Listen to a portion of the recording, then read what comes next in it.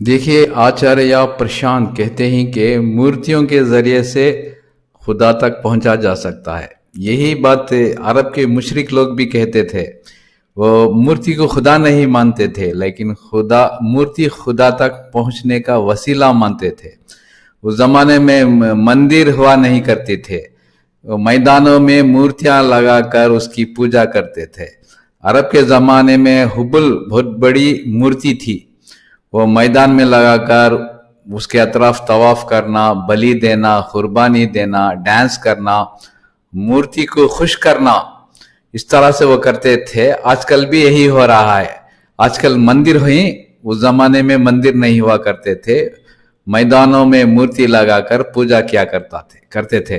देखिए ना, ये बात अरब के लोग भी यही कहते थे, और मूर्ति के तारीफ में, उसकी बड़ाई शान बयान करने में अशार पढ़ते थे।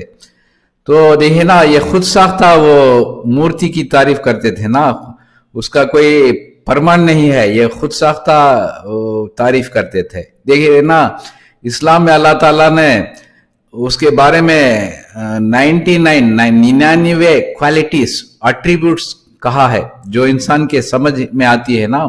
अल्लाह ताला ने 99 क्वालिटीज बताई है।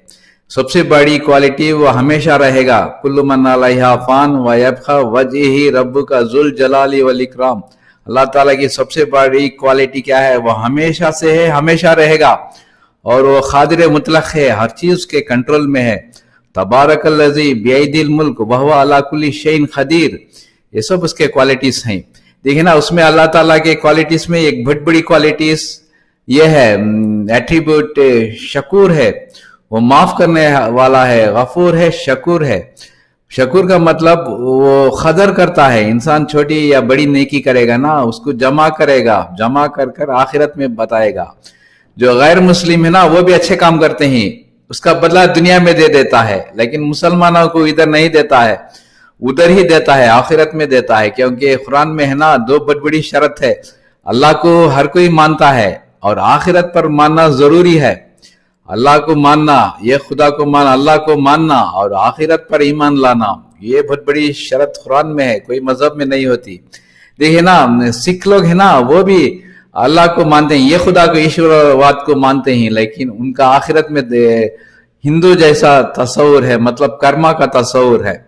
इस्लाम में कोई भी कर्मा से नहीं पैदा होता है, पाप से नहीं पैदा होता है, या अच्छे कर्म से नहीं पैदा होता है। इस्लाम का तस्वुर दूसरा है। देखिए ना, अल्लाह ताला ने कुरान में कह दिया है कि वो शकूर है, कदरदान है। इस तरह से क्वालिटीज कोई मजहब में नहीं मिलती, क्योंकि उनका वो अल्लाह है, उनका खुदा है ना, वो निर्गुण है, निराकार है, इस तरह की बातें मिलते हैं। तो देखिए ना, शकूर एक बहुत बड़ी क्वालिटी है। ये 4 आयतें दी हुई हैं, इसमें पूरा मफहूम मिलता है। शकूर के बारे में जो कुछ समझ जाएगा ना, तो वो अल्लाह ताला को समझ जाएगा। तो मेरे वीडियो देखते रहिए, शेयर कीजिए, सब्सक्राइब कीजिए। Thank you very much.